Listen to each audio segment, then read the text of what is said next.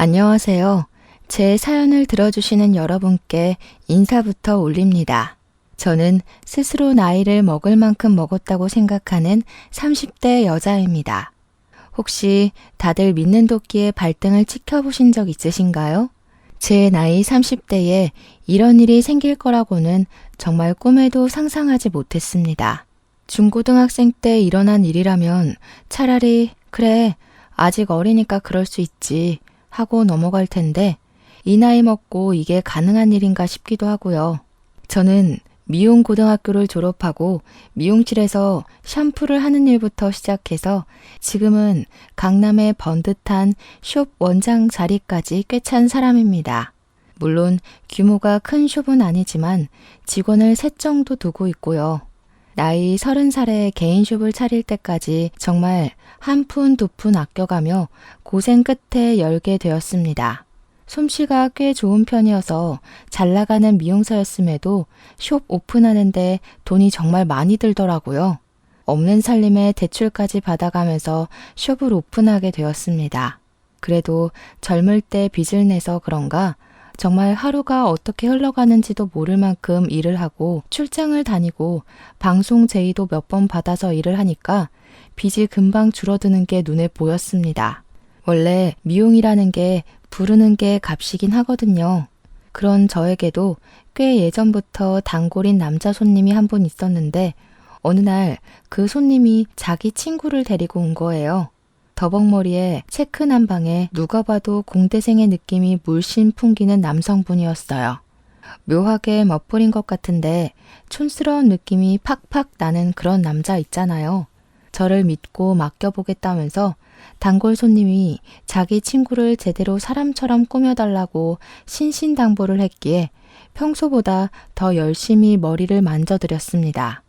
유행하는 스타일로 자른 뒤 다운 펌까지 해놓고도 뭔가 부족한 느낌이 들어서 눈썹 정리까지 서비스로 해드렸어요. 햇빛이라는 걸 거의 본 적이 없는 사람인지 얼굴에 잡티 하나 없는 게 머리만 손질하고 눈썹만 다듬었을 뿐인데 사람이 달라 보이더라고요. 한 가지 흠이라고 생각되는 게 바로 언제적 잠자리 안경인지 말도 안 되는 뿔테를 쓰고 있더라고요. 그래서 넌지시 눈이 많이 나쁘신 거면 렌즈를 껴보시는 게 어떨까요? 하고 권유를 했습니다. 한번 도전해보겠다고 하시면서 계산을 하고 돌아가셨는데 한 달 뒤에 정말 멀끔한 훈남이 저를 찾아와서 머리를 하고 싶다고 하더라고요. 처음에는 못 알아보고 바로 해드리겠다고 했는데 자세히 보니까 단골 손님 소개로 왔던 그 친구분인 거예요. 뿔테 안경을 버리고 렌즈를 끼니까 정말 사람이 달라 보이더군요. 저를 향해 어떠냐고 물어보는데 새삼 너무 잘생겨 보이더라고요. 그래서 너무 멋있어지셨다고 진담을 섞어서 이야기를 했죠. 그랬더니 저한테 상당히 쑥스러워하면서 여기서 머리하고 난 이후에 여자들한테 번호를 줄줄이 따였대요. 자기 인생에 먼저 헌팅을 당해서 번호를 따인 적이 처음이었다면서 이야기를 하더라고요. 저한테 고맙다고 수줍게 이야기를 하는데 제가 웃으면서 좋은 사람 만난 거 맞냐고 여자친구 생겼냐고 물어봤죠. 저를 빤히 쳐다보더니 여자친구가 생긴 건 아니라면서 은근슬쩍 자기 어떤 거 같냐고 물어보더라고요. 그러면서 괜찮아 보이면 번호 좀 줄 수 있냐고 자기가 먼저 여자 번호 물어보는 건 처음이라고 했어요. 너무 저돌적으로 밀고 들어와서 저도 처음에는 당황했는데 생긴 것도 훈훈하고 외적인 이미지는 좋아 보여서 번호를 주었습니다. 자연스럽게 그날 이후부터 사적인 연락이 시작되었고 밖에서 커피도 마시면서 시간을 보내게 되었습니다. 그분은 저보다 2살이 많았는데 처음에 제가 예상했던 대로 대기업 IT 부서 연구실에 종사하고 있다고 하더라고요. 기술 개발 쪽이라고 했는데 제가 그 분야는 잘 몰라서 흘려들었거든요. 어쨌든 기계를 다루는 쪽이라고 했습니다. 어쩐지 체크 난방에서부터 공대생의 기운이 철철 흘렀다고 이야기를 하니까 막 웃더라고요. 원래 공대생들은 멋부릴 때 체크 난방을 즐겨 입는다면서 그게 그들만의 규칙이라고 하는데 솔직히 좀 충격 먹었습니다. 체크남방, 제가 중학생 때나 유행했던 옷인데 그들만의 리그라고는 하지만 그게 멋부릴 때 입는 옷이라니. 아무튼 몇 번 만나보니까 사람이 숙맥이긴 하지만 진중한 성격이었고 미래를 위해 차곡차곡 한 발씩 내딛는 그런 사람이더라고요. 저한테 멋없는 고백을 했고 저는 그 고백도 너무 잘 어울린다고 생각하고 연애를 시작하게 되었습니다. 저는 미용만 쭉 일관되게 외길 인생 걸어온 사람이라 유행에 상당히 민감한 타입이었거든요. 남자친구랑 연애를 시작하고 나서 이것저것 꾸며주고 다니기 시작했죠. 저는 아무래도 외적인 걸 상당히 신경 쓰는 타입인데 남자친구는 그런 부분에 완전히 무지한 초짜였어요. 옷도 유행하는 스타일로 싹 바꿔주고 매번 머리도 만져주고 제가 사람 하나 만들었다고 해도 모자라죠. 원래 훈훈하게 생긴 얼굴이었는데 스타일까지 멋들어지게 만들어주니까 어딜 가도 데리고 다니는 맛이 나더라고요. 약간 어깨가 으쓱해질 정도랄까요? 저에게는 같은 미용고 출신의 절친한 친구가 하나 있었어요. 이 친구는 꿈을 품고 미용고에 진학했지만 미용 기술에는 영 소질이 없었던 친구였습니다. 메이크업도 잘 못했고 네일아트에도 소질이 별로 없었던 친구였습니다. 학교를 졸업하고 나서 미용실에서 저처럼 샴푸부터 차근차근 시작을 했는데 이리저리 치이고 소질이 없다는 것을 깨닫고는 갑자기 술집을 차렸어요. 어린 나이에 무슨 술 장사를 하나 저도 처음에는 걱정이 이만저만이 아니었죠. 술집도 그냥 대학가 앞에 있는 호프집 같은 것이 아니라 영화 같은 데에나 나올 법한 그런 바 있잖아요. 돈 많은 사장님들 상대로 하는 그런 술집이요. 친구가 얼굴 하나는 예쁘게 생겼었거든요. 아무튼 그런 바를 하나 운영하고 있는 친구였는데 저랑 은근히 성격 자체는 잘 맞아서 깊게 친한 건 아니지만 좋은 사이를 유지하고 있었습니다.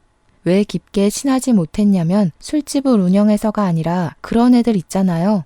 약간 여우같이 구는 약삭 빠른 애들요. 자기한테 남자친구가 생기면 저한테는 연락 한 통 없다가 헤어지면 만나자 술 먹자 연락해대는 그런 친구였거든요. 그래서 저도 적당히 거리를 두고 친하게 지냈는데 이 친구의 성격을 받아줄 사람이 몇이나 있었겠습니까? 아마 그 친구에게는 제가 유일한 친구나 다름없었을 겁니다. 한동안 연락이 없던 친구에게서 남자친구랑 헤어졌다고 저에게 연락을 했더라고요. 그때 저도 남자친구랑 데이트를 하고 있을 때여서 남자친구랑 있다고 하니까 자기 술집에 놀러 오라고 하더라고요. 근데 그 술집이 분위기가 커플이 갈 만한 곳은 아니라서 어떻게 거절을 하나 하고 있는데 술을 공짜로 주겠다고 하지 않겠어요? 비싼 술만 취급하는 곳에서 공짜로 술을 준다고 하니까 저랑 남자친구는 거절하지 않고 갔죠. 제 남자친구를 보자마자 웬일로 이렇게 멋있는 남자를 만나냐고 옆구리를 쿡 찌르더라고요. 그동안 제가 남자 보는 눈이 별로 없어서 항상 쭉정이 같은 놈들만 만나왔었거든요. 친구가 이런 남자만 골라 만나기도 힘들겠다고 몇 번이나 저한테 잔소리를 했었고요. 저의 잘생긴 남자친구가 의외인 건지 궁금한 게 많더라고요. 어디서 만나게 된 거냐, 직업은 뭐냐, 연봉은 높냐 하면서 마치 부모님이나 물어볼 법한 질문들을 하는 겁니다. 제가 다 민망해서 그만하라고 이야기를 했는데 친구가 저한테 가만히 있으라고 하더라고요. 얘가 항상 오징어 같은 놈들만 만나서 제가 걱정이 돼서 그래요. 암만 그래도 고등학교 시절부터 친하게 지낸 친구인데 이런 질문은 할 수 있지 않아요? 야, 내가 언제 오징어 같은 놈들만 만났다고 그래. 내가 어련히 알아서 잘 만났으려고. 너 말 진짜 이상하게 한다. 제가 정색하고 이야기를 하니까 그제야 친구가 농담이지 농담 하더니 술 잘 먹고 데이트 잘 하다가 가라고 하더라고요. 어디 가게? 하니까 안쪽 테이블에 옆에서 클럽 운영하는 사장님이 놀러 오기로 했다고 그 자리에 가봐야 한다고 했어요. 나이를 먹어도 정말 한결같이 사는구나 싶어서 알겠다고 했죠. 저에게 그런 친구가 있다는 걸 남자친구가 어떻게 생각할지 몰라서 조금 부끄럽기도 했어요. 솔직히 그렇잖아요. 여자친구의 친한 친구가 술집을 운영하고 남자라면 사족을 못 쓰는 것처럼 행동한다고 하면 좀 수치스럽지 않겠어요? 그런데 제 남자친구가 순둥이인 건지 아니면 별 생각이 없는 건지 술집을 한번 쓱 둘러보더니 그러더라고요. 이런데 처음 와본다고 자기 친구들 중에는 별 사람이 다 있구나 하는데 그게 정말 신기해서 하는 말 같았습니다. 술집 하는 친구 있다고 편견을 가지면 어떻게 하나 싶었는데 신기하다는 식으로만 이야기하니까 한시름 마음이 놓이더라고요. 그만큼 제가 남자친구를 사랑하니까 잘 보이고 싶은 마음에서 우러나는 마음이었어요. 그날 이후로도 종종 친구네 술집에 가서 술을 얻어먹기도 하고 하면서 연애를 쭉 이어갔습니다. 1년을 훌쩍 넘긴 어느 시점에 친구가 갑자기 연락이 왔어요. 다짜고짜 자기 결혼을 할 거라고 하는데 저는 너무 놀라서 당장 만나자고 했죠. 분명 3개월 전에 마지막으로 친구네 술집에 갔을 때만 하더라도 결혼에 대한 언질은 전혀 없었거든요.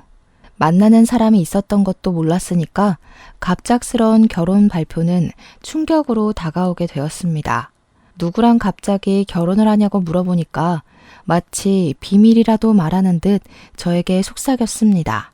바에 손님으로 드나들던 잘 나가는 사업가를 턱 물었다면서 만난 지 3개월 정도 됐는데 하루빨리 결혼하기로 했다고 하는 겁니다. 제가 마지막으로 바에 방문했던 시점쯤 남자친구가 생겼고 그래서 한동안 저한테 술집에 놀러 오라는 연락이 없었던 것이었죠. 저는 3개월 만에 속전속결로 결혼을 한다는 친구가 걱정이 되었고 너무 적게 만나고 결혼하는 거 아니냐고 조금 나무랐어요. 저만 해도 1년을 넘게 연애를 하고 있는데 어떻게 3개월 사람을 겪어보고 결혼까지 한단 말이냐고요. 그러니 저한테 바보같이 굴지 말라고 하면서 돈 많은 냄새가 나면 바로 물어서 결혼을 해야 하는 거라고 하더라고요. 지금 제 남자친구가 직장인이라는 걸 콕 집어 이야기를 하면서 그럴 때는 이 사람 저 사람 눈 돌려가면서 다 재보고 결혼해야 한다고요. 저한테 무슨 바람이라도 피라는 소리인 건지 제 남자친구가 직장인이란 걸 깔보는 듯한 느낌으로 이야기를 해서 기분이 팍 나빠졌죠. 저도 은근히 지고 싶지 않아서 그래서 너 예비 신랑은 뭐 엄청난 부자냐고 물어봤어요. 그러니까 그때부터 자랑질을 해대는데 집도 청담동에 주상복합 살고 돈도 엄청 쓸어 담는 사업가라고 침 튀기면서 이야기를 하더라고요. 자고로 남자는 사업하는 사람을 만나야 된다면서 기복이 있긴 하지만 최소 벌어오는 돈이 월에 1,000만 원이라고 하더라고요. 자기가 아무리 강남 한복판에서 술을 팔아봐야 일하는 아가씨들 월급 주고 월세 내면 남는 돈이 별로 없다고 팁이나 좀 챙기면 모를까 하더라고요. 언제부터 이렇게 속물근성이 뼛속까지 스며든 건지 진짜 결혼하고 나면 인연을 끊어내야지 싶었습니다. 친구의 말대로 남편이 사업가로 돈을 좀 벌고 있는 건지 초호화 웨딩을 올리긴 하더라고요. 국내에서 제일 비싸다는 호텔 결혼식을 올렸고 드레스도 반짝반짝 난리가 나서 물어보니까 해외에서 수입한 드레스라고 자랑을 하대요. 이 드레스를 공수하려고 홍콩에 있는 드레스숍에서 빌려온 거라고 결혼식 당일까지도 자랑을 했어요. 그렇게 돈 처바른 결혼식 치고 온 손님의 3분의 1이 술집에 드나들었던 사람이라는 게 아이러니했지만 행복해하니까 됐죠 뭐. 신혼여행도 평범한 곳은 싫다며 엄청 멀리 있는 프라이빗 풀빌라에 간다고 자랑을 저한테 평생 살면서 그런데 한 번은 가보겠냐며 결혼은 신중하게 생각하라는데 고작 3개월 만에 결혼해놓고 신중을 누구한테 할 말인지 아니나 다를까 친구는 결혼을 한 뒤 저에게 연락을 뚝 끊었습니다. 신혼생활 행복하게 하나보다 했지만 배알이 뒤틀리는 건 또 다른 문제더라고요. 저랑 남자친구는 만난 지 2년이 가까워오는 순간에 결혼을 약속하게 되었습니다. 둘 다 돈을 뭐 엄청나게 버는 수준은 아니었지만 또래보다야 넉넉하게 벌었기에 결혼을 준비하면서 서로의 재정 상태를 오픈했어요. 저는 일단 미용실을 오픈한 지 4년 차가 되었지만 대출금은 아직 남아있는 상태였고 남자친구는 모아둔 돈이 8천만 원 정도가 된다고 하더라고요.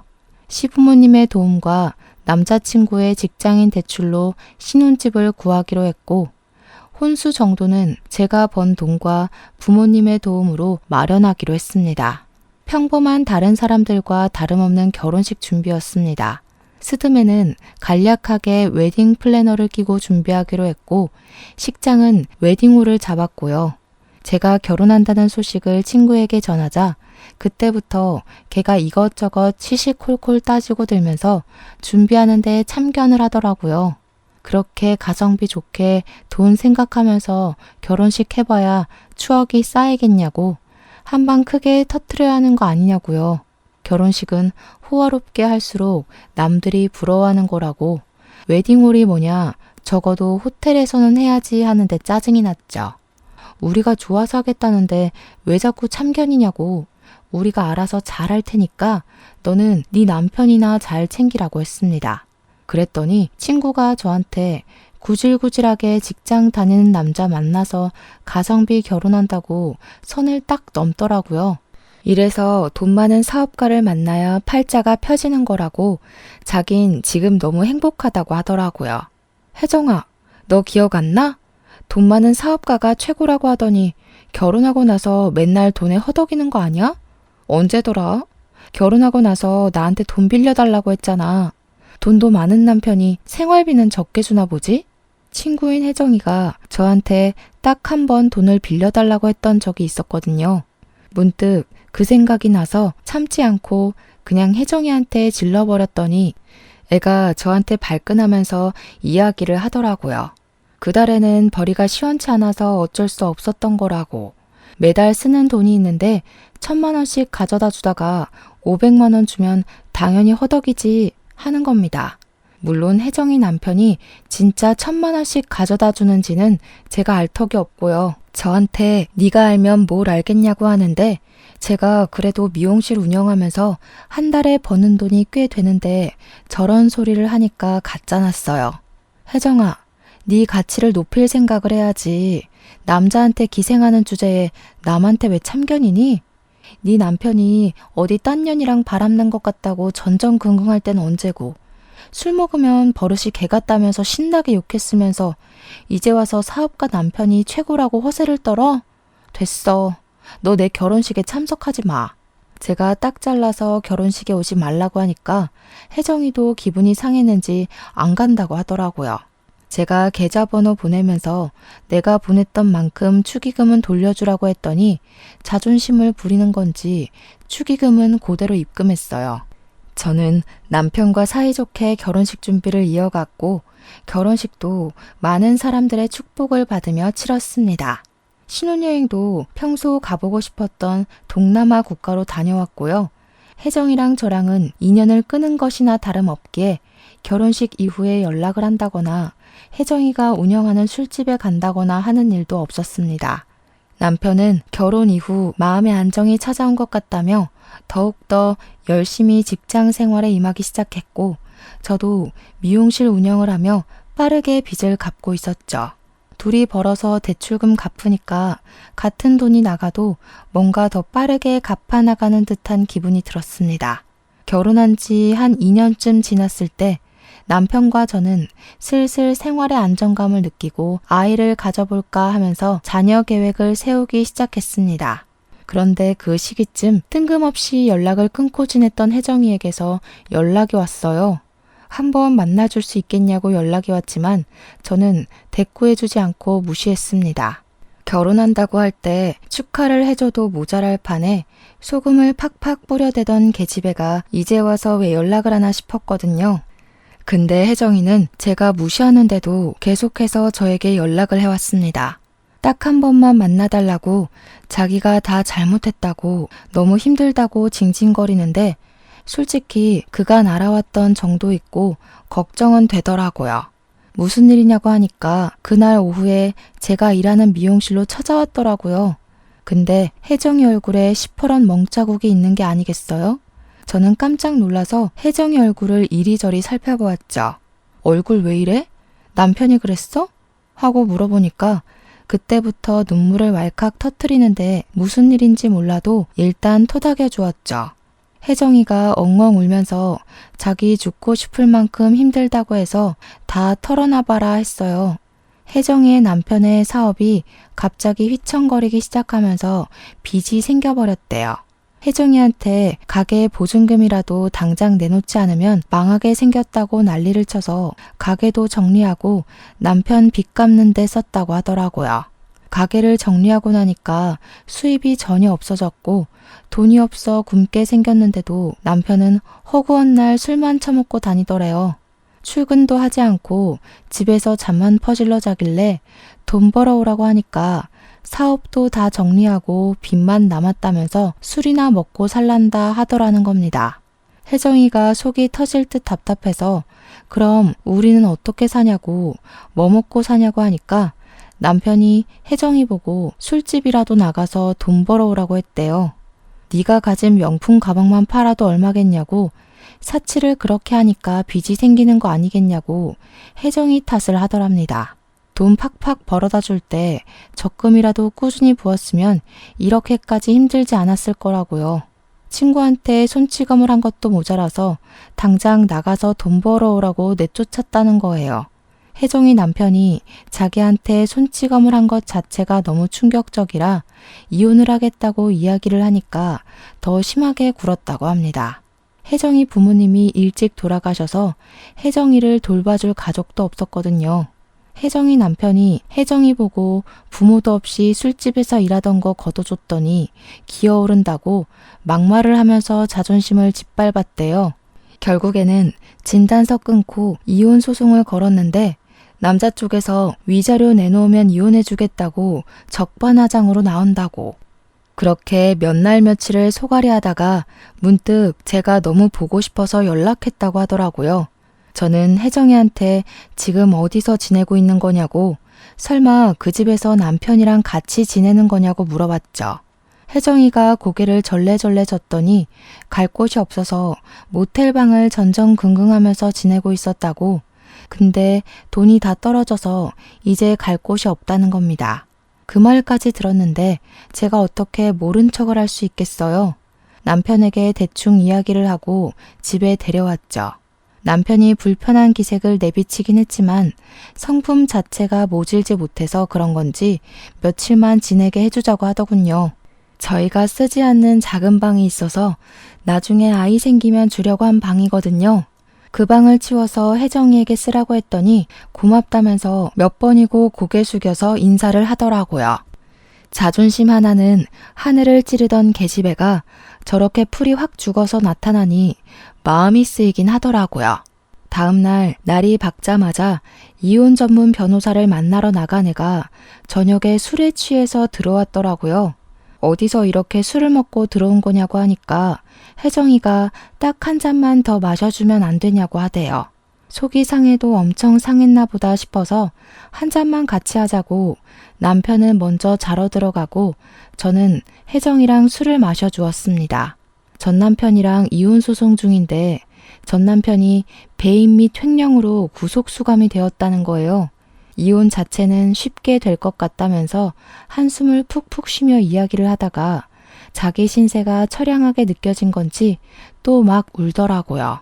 그런 혜정이를 다독여주다가 저도 술이 많이 취한 건지 깜빡 거실에서 잠이 들고 말았어요. 근데 갑자기 남편이 뭐야? 하면서 소리를 지르더라고요. 그 소리에 놀래서 잠에서 깼죠. 안방으로 가니까 남편이 어이가 없다는 듯이 침대 옆자리를 보고 있는데 혜정이가 떡하니 누워있는 게 아니겠어요?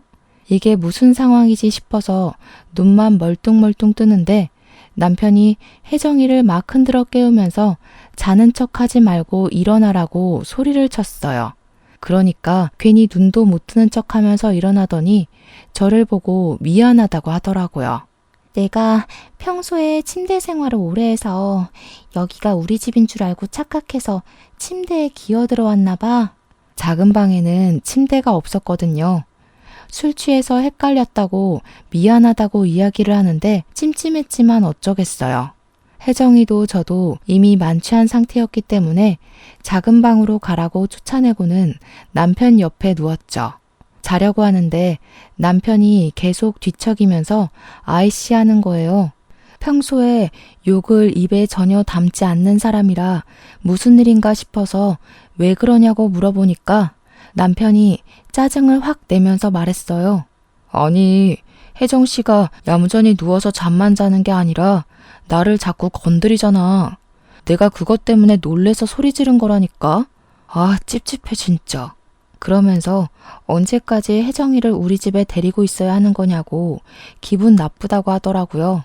그 이야기를 듣는데 진짜 소름이 쫙 돋는 거예요. 술 먹는 내내 저한테 혜정이가 넌 좋겠다. 직장인은 월급 밀릴 걱정 없잖아. 나도 직장인 만나서 결혼할걸. 내가 왜 사업가랑 결혼했지? 직장인 만나서 결혼했으면 이럴 일도 없었을 텐데. 남의 돈 받으면서 사는 게 제일 편한 건데 했거든요. 그때까지만 해도 저는 웃으면서 직장인 그렇게 무시하면서 사업가가 최고라더니 하면서 약 올리기만 했었고요. 혜정이는 사업가가 최고인 줄 알았는데 제가 잘 사는 거 보니까 자기 생각이 잘못된 것 같다고 이야기했고요. 그런 말을 나눈 다음 제 침대에 누워서 남편을 더듬었다고 하니까 엄청나게 찝찝한 거죠. 다음날 혜정이가 저한테 눈 뜨자마자 다시 한번 사과를 하는데 그래도 불편한 건 어쩔 수 없더라고요. 남편도 출근하는데 혜정이랑은 눈도 마주치지 않으려고 하길래 저는 혜정이한테 솔직하게 이야기를 했어요. 다 필요 없고 오늘 같은 실수가 2번 생기지 말라는 보장도 없지 않겠냐고요. 통장으로 30만 원 보내놓을 테니까 모텔에 가든 찜질방에 가든 일단 나가달라고 했죠. 혜정이도 자기 실수를 인정하면서 알겠다고 하더라고요. 고분고분하게 말을 들으니까 저도 더 심한 소리 덧붙이지 않았어요. 그 길로 집을 나간 혜정이는 결국 술집을 운영할 때 알았던 다른 술집을 운영하는 사장님 밑에 들어가서 일을 시작하게 됐다고 했습니다. 그 사장님의 도움으로 원룸도 하나 얻을 수 있게 돼서 잠자리는 해결되었다고 했어요. 그래도 술판만큼 실적대로 돈을 받아서 생활한다고 하니 다행이라고 했습니다. 그렇게 또 몇 개월이라는 시간이 흐르게 되었습니다. 남편이랑 흐지부지 되었던 아이를 갖자는 이야기를 다시 한번 꺼냈어요. 우리도 더 이상 미루면 안 될 것 같다고 이야기를 꺼냈는데 남편이 뜨뜨미시근하게 반응을 하더라고요. 저는 남편의 반응이 이해가 되지 않아서 왜 그러냐고 양가에서도 아이를 기다리고 있는 것 같다. 싫으면 싫다고 말을 해달라고 했습니다. 아이 계획이라는 게 저 혼자만 세워서 될 문제는 아니었으니까요.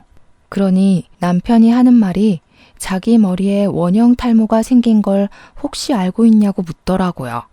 원형 탈모가 생긴 건 꿈에도 몰랐기에 왜 생겼냐고 언제부터 있었냐고 물어보니까 직장에서 받는 스트레스가 너무 심해서 생겼다고 하더라고요. 원래 같이 일하던 부장님이 퇴사를 하시고 새로운 사람이 들어왔는데 실적에 대한 압박이며 업무량이 몇 배나 늘었다고 너무 힘들다고 하더군요. 그러더니 저에게 넌지시 회사를 그만두고 싶다고 이야기를 하는 겁니다. 우리가 30대 초반만 됐어도 새로운 일을 찾아보자 하겠는데 나이 38살에 일을 그만두면 어떻게 하나 막막한 거죠. 물론 제가 미용실을 운영하면서 한 달에 400만 원 내외로 벌고 있으니까 당장 둘이 생활하기에는 부족함이 없긴 했죠. 그래도 남편이 꼬박꼬박 벌어오던 월급이 있었는데 그게 사라지면 우리 생활비가 반토막이 나는 거나 다름없는 일이잖아요. 대출도 거의 갚았지만 조금 남았고 아이까지 생기면 나가야 할 돈이 한두 푼이 아닌데 돈 걱정이 먼저 되는 건 어쩔 수 없더라고요. 미안하지만 남편에게 직장을 그만두는 것은 반대하고 싶다. 지금 와서 어디에 새롭게 취직을 하겠냐고 했어요. 다른 회사라고 다를 바 없을 거라고 이야기를 하니까 남편이 몰라서 그러는 게 아니라고 자기가 하고 싶은 게 있대요. 뭘 하고 싶냐고 하니 자기 가게를 차리고 싶다고 하더라고요. 너무 뜬금없는 소리라서 무슨 가게를 차리겠다는 거냐고 하니까 음식점을 차리고 싶대요. 음식점은 뭐 아무나 하는 건가요? 절대 반대라고 말렸죠. 남편이 특색 있는 요리를 할 줄 아는 것도 아니고 전문성이 있는 것도 아니었어요. 남편을 설득하기 위해 저도 조금 큰 소리를 낼 수밖에 없었습니다. 막말로 당신이 자격증이 있냐, 뭐가 있냐, 아무거나 팔면 장땡이라고 생각하는 거냐, 그런 식으로 하면 돈만 날리는 거라고 했습니다. 집에서 요리 한 번을 한 적이 없고 설거지 한 번 도와준 적 없으면서 무슨 음식점 장사를 하겠다고 하냐고 양심 좀 챙기라고 했죠. 그러니까 남편이 하는 말이 비싼 안주랑 와인 한잔 할 수 있는 소규모 모임용 라운지바 같은 걸 운영하고 싶다고 하대요.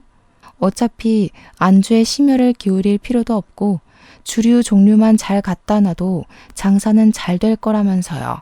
회사 생활하면서 그런 곳을 한번 가봤는데 너무너무 좋고 조용하고 스트레스도 받지 않을 것 같다고 하더군요.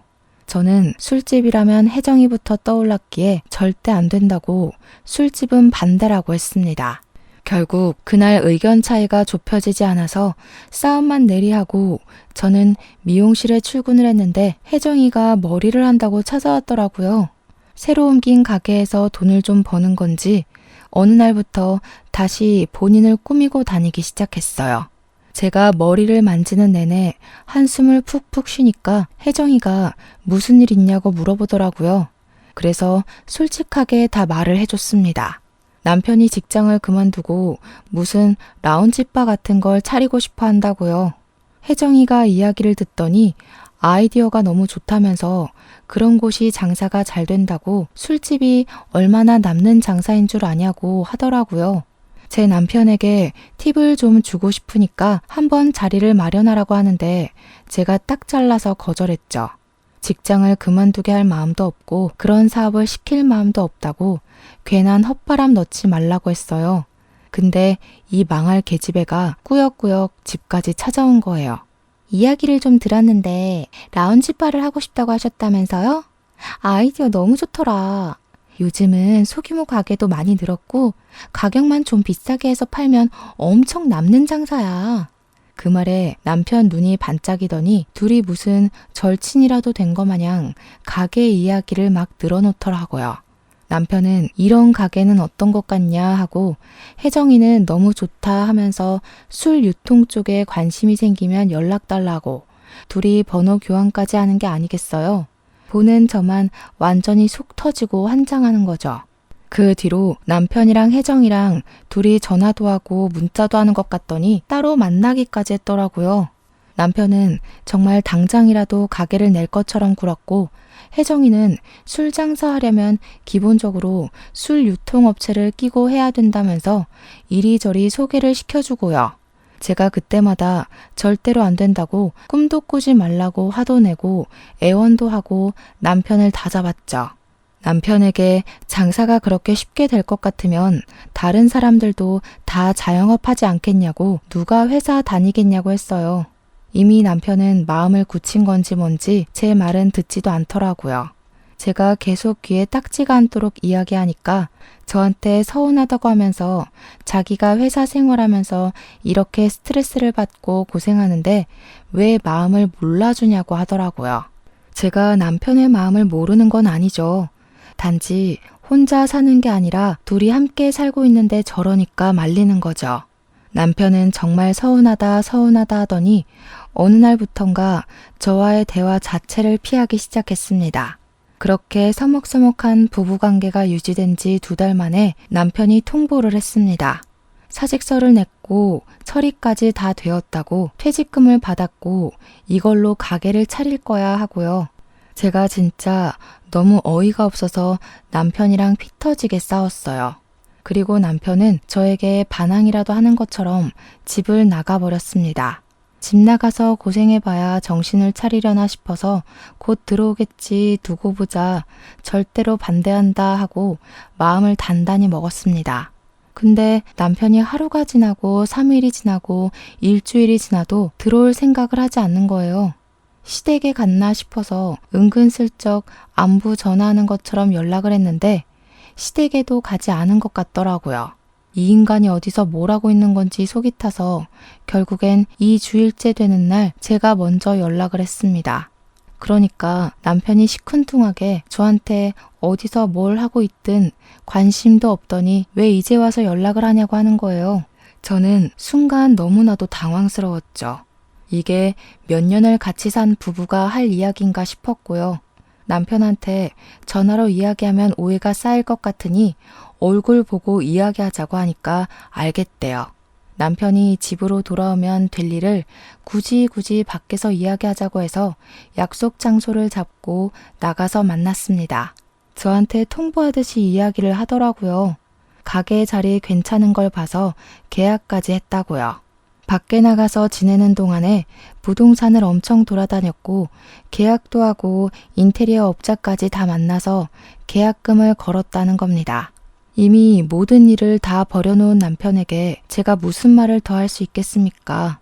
제가 입을 꾹 다물고 아무 말도 하지 않자 남편은 저에게 너무나도 실망했다며 이야기를 이어나갔습니다. 자기가 원형 탈모까지 왔다고 회사 일이 힘들어 죽겠다고 하는데도 어떻게 돈돈거릴 수가 있냐고요. 한동안 생각 정리가 필요할 것 같아서 며칠 더 밖에서 지내겠다고 통보를 또 하더라고요. 저는 남편의 그 말이 너무나도 충격적이라 다른 말은 귀에 들어오지 않았습니다. 밖에서 며칠 더 지내겠다는 말은 즉슨 저와 별거를 하겠다는 말이나 다름없었으니까요. 속으로 저도 자책을 많이 했죠. 돈돈거릴 게 아니라 남편의 마음을 좀 더 헤아렸어야 하는 건가 싶어서요. 그렇게 남편이 집을 나간 지 한 달하고도 2주일이 더 지났을 때 저는 아주 충격적인 일을 겪게 되었습니다. 남편이 없는 집이 너무나도 공허하고 쓸쓸해서 오랜만에 혜정이나 볼 겸 술을 잔뜩 사들고 혜정이가 사는 원룸에 찾아갔어요. 벨을 누르니 문이 열렸는데 거기서 우리 남편이 떡하니 나오는 게 아니겠습니까?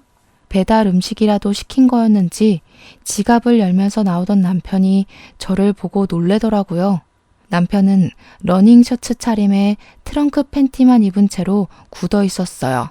저는 남편의 행색을 보고 이게 지금 무슨 일인가 싶어서 둘이 뭐 하는 거냐고 물어봤죠. 제가 문을 열고 들어가니 혜정이도 잔뜩 굳은 채로 저를 바라보고 있더라고요. 너무 어이가 없어서 집에 신발도 벗지 않고 들어가서 혜정이의 머리채를 잡아 낚았습니다. 그러니 남편이 저를 말리면서 그만두라고 소리를 치는 게 아니겠어요. 이게 무슨 상황인가 어질어질했죠. 남편이 혜정이를 꽉 끌어안으면서 저에게 소리를 쳤어요. 혜정이 뱃속에 지금 내 아이가 있다고. 그만둬. 아이라니? 지금 이게 다 무슨 소리야? 그러니 혜정이가 미안하다고 하면서 이야기를 하더라고요. 그러니까 남편이 집을 나간 날 혜정이를 만났고 그날 혜정이네 집에서 잠을 자게 된 것이었습니다. 제가 연락도 하지 않고 찾지도 않으니 그대로 둘이 같이 지내기 시작한 거예요. 저는 계속 식당은 안 된다고 반대만 하는데 혜정이는 다 잘 될 것 같다면서 응원을 해주니까 혜정이에게 빠져들게 된 거죠. 저를 만나서 생각 정리를 해야겠다고 한 것도 혜정이가 임신한 사실을 알게 되어서 혜정이 옆에 있으려고 술을 쓴 거였어요. 둘 다 저한테 미안하다고 하면서 운명의 상대를 이제야 만난 것 같다고 하는데 말이 안 나오대요. 하룻밤 사이에 덜컥 임신을 했는데 이게 운명의 상대가 아니면 뭐겠냐고 임신 8주 됐다고 하더라고요. 그러면서 남편이 저에게 이혼을 하자고 위자료로 5천만 원을 주겠대요. 네가 돈이 어디 있어서 나한테 5천만 원을 주겠다는 거야? 우리 아파트 정리하면 훨씬 더 나올 거야. 그거 너 다 가져. 대신 우리 깔끔하게 이혼만 하자. 저는 뒤도 돌아보지 않고 그 집을 나와 저의 집으로 돌아왔습니다. 한 3일은 내리 울기만 했던 것 같아요. 깊은 배신감에 치를 떨다가 정신을 차리기 시작했죠. 돈도 개뿔 없고 일도 때려치운 백수새끼 제가 데리고 살아서 뭐하나 하는 생각을 주입하기 시작했어요. 횡령 및 배임으로 구속 수감되어 있다는 친구의 전남편이 생각나서 교도소로 찾아갔습니다. 그러다 아주 뜻밖의 사실을 알게 되었어요. 둘의 이혼 소송이 아직도 마무리가 되지 않았더라고요. 재산 분할과 위자료 싸움으로 이혼 마무리가 되지 않고 개싸움 중이라고 하는 게 아니겠습니까? 그래서 저는 모든 사실을 말해주었죠. 혜정이가 지금 제 남편의 아이를 임신했어요. 저는 상간녀 소송 걸기로 마음먹었으니까 그쪽도 소송 뒤집으세요. 그 말에 혜정이 전 남편은 변호사를 통해서 혜정이가 먼저 바람을 피웠고 자기한테 이혼하자고 뒤집어 씌운 거라고 말을 바꿨습니다. 뱃속에 있는 아이가 그 증거라고 하니 혜정이 측에서도 반박할 수 없게 되었죠. 결국 소송판 자체를 뒤집어 엎어서 없던 일로 만들어버린 겁니다. 한마디로 남편과 혜정이는 호적으로 묶일 수 없는 사이가 된 거죠. 무려 남편의 아이를 임신했음에도 불구하고요. 저는 차근차근 주변 정리를 시작했습니다. 집은 처음 살 때보다 시세가 올라서 집을 팔아 대출금을 모조리 갚고 남은 돈은 남편의 바람대로 제가 다 가졌습니다. 미용실 근처에 투룸을 얻은 뒤 상간녀 소송을 걸어버렸죠. 혜정이는 저에게 3천만 원을 배상하라는 결과를 받게 되었고요. 시댁에서는 모든 사실을 알게 된 후 저에게 미안하다고 몇 번이나 사죄의 전화를 거셨어요. 앞으로 아들 새끼는 없는 셈 치고 살 거라면서 이혼하고 새 출발하는데 보태라며 2천만 원이나 제 계좌로 보내주셨습니다. 제가 뭐 거절할 이유가 있을까요?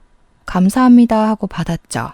저는 남편하고 이혼을 했는데 혜정이는 이혼도 못했다고 하더라고요.